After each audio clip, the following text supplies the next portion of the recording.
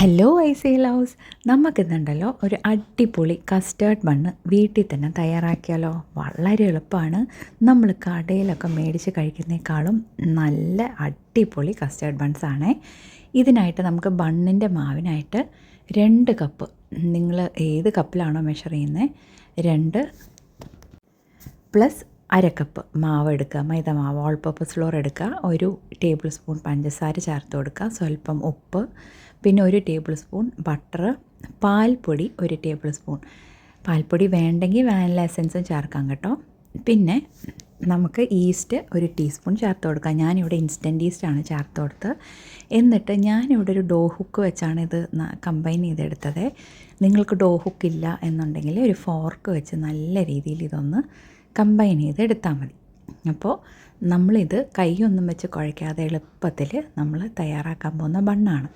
ഇപ്പം നമ്മളിത് നന്നായി ഇത് കമ്പൈൻ ചെയ്തെടുത്ത ശേഷം ഇതിലേക്ക് നേരിയ ചൂടുള്ള പാല് 1 കപ്പ്, 1 കപ്പ് മുഴുവൻ ഒറ്റയടിക്ക് ഒഴിക്കരുത്.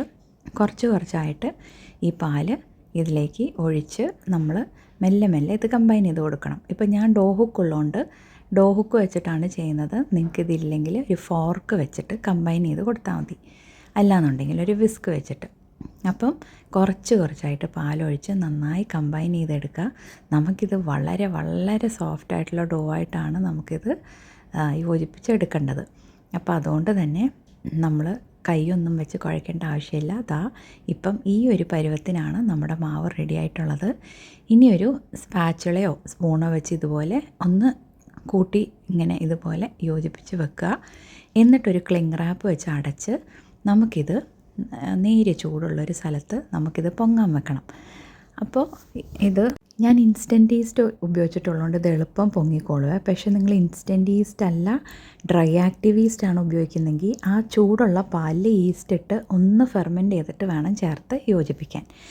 ഇതിവിടെ ഇരിക്കട്ടെ. നമുക്ക് കസ്റ്റേർഡിനുള്ള ഫില്ലിങ് തയ്യാറാക്കാൻ ഇതിലേക്ക് ഒരു കപ്പ് പാലെടുക്കുക. ഇതിലേക്ക് 2 ടേബിൾ സ്പൂൺ കസ്റ്റേർഡ് പൗഡർ, മേടിക്കാൻ കിട്ടുന്ന കസ്റ്റേർഡ് പൗഡർ ചേർക്കുക. ഞാനിതിലേക്ക് സ്വല്പം മാംഗോ എസൻസ് ഒരു ഫ്ലേവറിന് ചേർത്ത് കേട്ടോ. നിങ്ങൾക്ക് വാനില ചേർക്കണമെങ്കിൽ വാനില ചേർക്കാം, ഒന്നും ചേർത്തില്ലെങ്കിലും കുഴപ്പമില്ല. പിന്നെ ഇതിലേക്ക് 3 ടേബിൾ സ്പൂൺ പഞ്ചസാരയും ചേർത്തിട്ടുണ്ട്. എന്നിട്ട് നന്നായി ഇത് കമ്പൈൻ ചെയ്ത ശേഷം അടുപ്പിൻ്റെ മുകളിലോട്ട് വെച്ച് ഒട്ടും കൈവിടാതെ വിസ്ക് വെച്ച് ഇങ്ങനെ ഇളക്കി കൊടുക്കുക. അല്ലെങ്കിൽ കട്ട കുത്തും. നമുക്കിത് കട്ട കുത്താതെ നല്ല സ്മൂത്തായിട്ട് കിട്ടണം. കണ്ടോ, ഇപ്പോൾ ഇത് നല്ല രീതിയിൽ ഇത് തിക്കായി വന്നു തുടങ്ങി.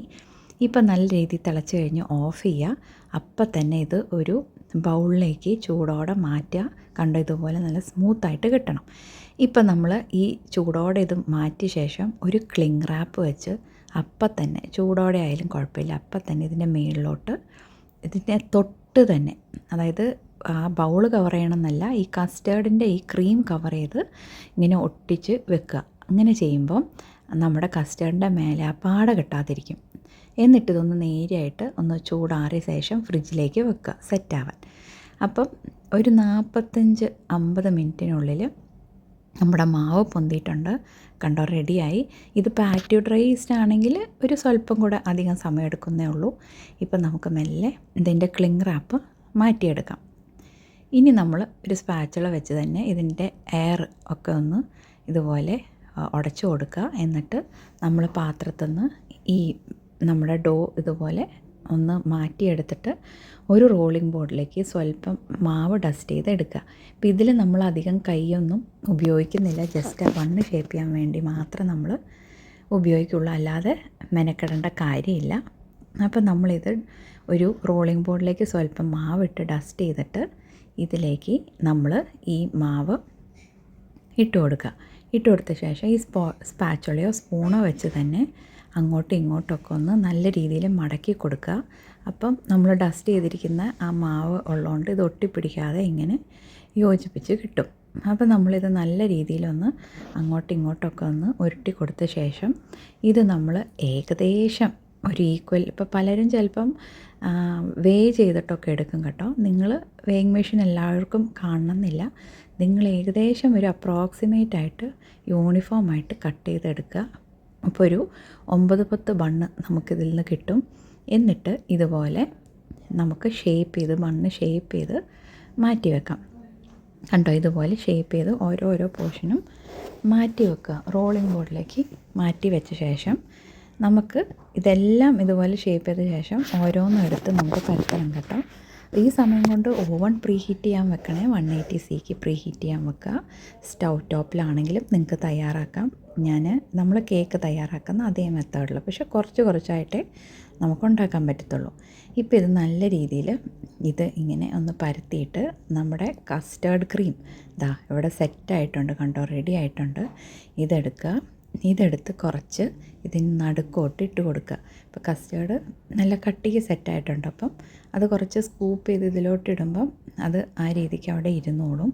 പിന്നെ നമ്മളിത് വളരെ കെയർഫുള്ളായിട്ട് ഈ കസ്റ്റേർഡ് ക്രീം അകത്ത് വെച്ചിട്ട് നമ്മൾ ഈ ബണ്ണ് സീൽ ചെയ്തെടുക്കണം. ഒരുപാട് പ്രഷറൊന്നും കൊടുക്കണ്ട, കാരണം ഈ കസ്റ്റേർഡ് ക്രീം നല്ല സോഫ്റ്റ് അല്ലേ, പുറത്തേക്ക് വരാൻ പാടില്ല. അപ്പം നല്ല രീതിയിൽ ഇത് നമുക്ക് ക്രീമൊക്കെ അകത്ത് കറക്റ്റായിട്ട് ഫില്ലിംഗ് ആയിട്ട് വെച്ചിട്ട് ഞാൻ ഈ കാണിക്കുന്ന രീതിയിൽ എല്ലാ ഭാഗവും എടുത്ത് മെല്ലെ ഇങ്ങനെ സീൽ ചെയ്ത് കവർ ചെയ്തെടുത്ത് ഒന്ന് കൈ തന്നെ വെച്ച് ജസ്റ്റ് വളരെ ജെൻറ്റിലായിട്ട് ഒന്ന് ഷേപ്പ് ചെയ്തിട്ട് ഒരു ട്രേയിൽ ബേക്കിംഗ് പേപ്പർ ഇട്ട് അതിലേക്ക് വെച്ച് കൊടുക്കുക. ഒരുപാട് പ്രഷർ കൊടുക്കരുതേ, ക്രീം അകത്തുള്ളതുകൊണ്ട്. എന്നിട്ട് നമുക്ക് ഇതുപോലെ എല്ലാത്തിലും ക്രീം വെച്ച് ഷേപ്പ് ചെയ്ത് നമ്മൾ ട്രേയിൽ ഇതുപോലെ സെറ്റാക്കി വെക്കുക. ഇനി ഇതിൻ്റെ മുകളിലേക്ക് നമ്മൾ സ്വല്പം തണുത്ത പാല് ബ്രഷ് ചെയ്ത് കൊടുക്കുക. എന്നിട്ട് ഇത് ട്രേയിൽ ടോപ്പ് റാക്കി വെച്ചിട്ട് ഒരു 20 to 25 മിനിറ്റ്സ് ബേക്ക് ചെയ്തെടുക്കുക. നിങ്ങളുടെ ഓവൻ്റെ ഹീറ്റ് അനുസരിച്ച്. നമ്മുടെ അടിപൊളി കസ്റ്റേർഡ് ബണ്ണ് ഇവിടെ റെഡിയായി കേട്ടോ. കണ്ടോ എന്ത് സോഫ്റ്റായിട്ടായിരിക്കുന്നതെന്ന്. അതുപോലെ തന്നെ അസാധ്യ ടേസ്റ്റാണ്. ഞാൻ ഇതിൻ്റെ ഉൾഭാഗം നിങ്ങൾക്ക് കാണിച്ചു തരാം, അപ്പം മനസ്സിലാവും കേട്ടോ. അപ്പം കണ്ടോ, നല്ല സോഫ്റ്റായിട്ട് നല്ല അടിപൊളി കസ്റ്റേർഡ് ബണ്ണ് നമുക്ക് റെഡിയായി കിട്ടി. ഇനി എന്തിനാ വെറുതെ കടയിൽ അവിടെ എവിടെയൊക്കെ പോയി പ്രിസർവേറ്റീവ് ഒക്കെ ചേർത്ത ബണ്ണൊക്കെ മേടിച്ച് കഴിക്കുന്നതല്ലേ, നമുക്ക് വീട്ടിൽ തന്നെ മക്കൾക്കും ഇത് തയ്യാറാക്കി കൊടുത്ത് നമുക്കും ഇത് എൻജോയ് ചെയ്ത് കഴിക്കാമല്ലോ. അപ്പോൾ തീർച്ചയായിട്ടും നിങ്ങൾ ട്രൈ ചെയ്ത് നോക്കുക. വീണ്ടും റെസിപ്പി ആയിട്ട് കാണാം. Bye bye, stay safe.